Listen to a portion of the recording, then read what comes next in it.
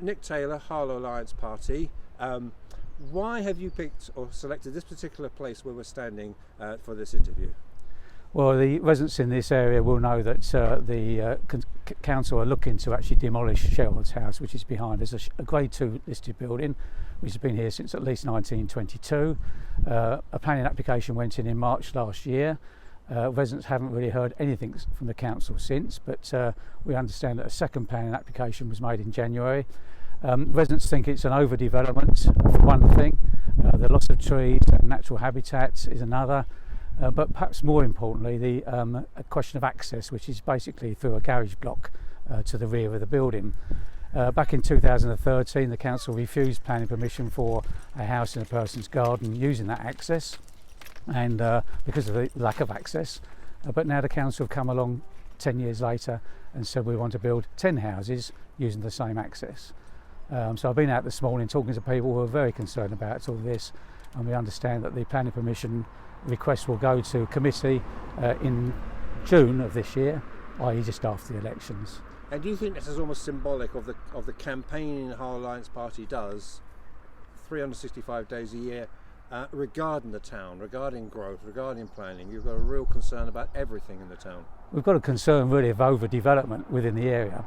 If you think that the plans of Epping and East Herts mean that within a radius of about 3 miles of the town centre, another 11,000 houses are going to be built. Whether it's in Harlow or just on the boundary of Harlow, this will have a fundamental effect for people living in the town and where they work. The congestion on roads, the lack of council tax coming from those properties to help Harlow regenerate the town, a whole range of issues really, which residents have become more and more aware of in the last 2 years or less. I will ask your colleague Alan Everett about this, but I'll ask you as well. And when it comes to the Sumners West, do you feel the Conservatives are right, aren't they, and say they have objected to this?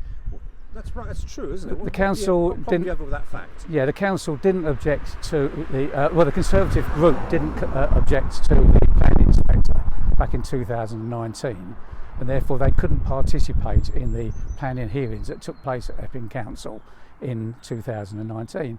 So any objection or within the council chamber was in the wrong place and at the wrong time. The only objections now can be made, if the council at Epping want to listen, is to the design and sort of planning within estates, not the principle of development.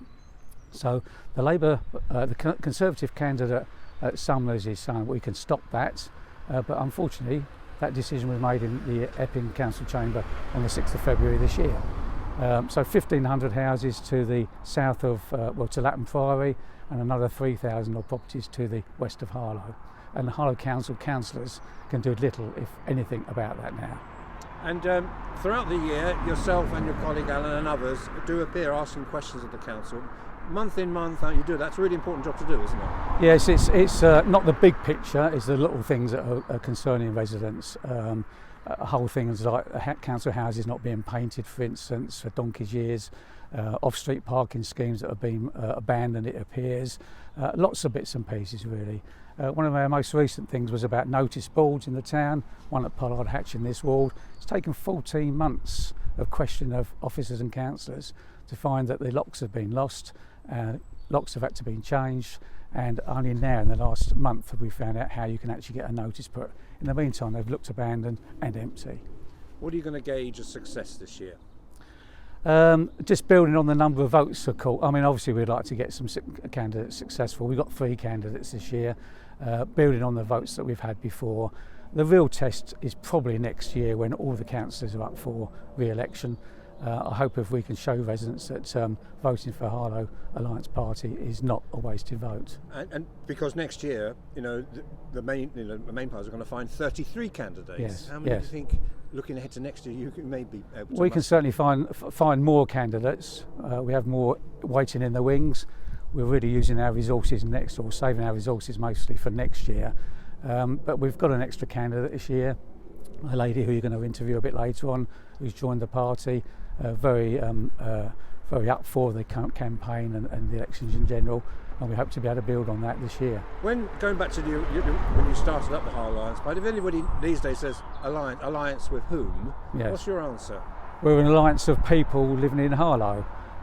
We've got all people from different sides of the political divide, but collectively they have enough policies and issues that we can campaign on, basically, which brings us together to help people residents in Harlow.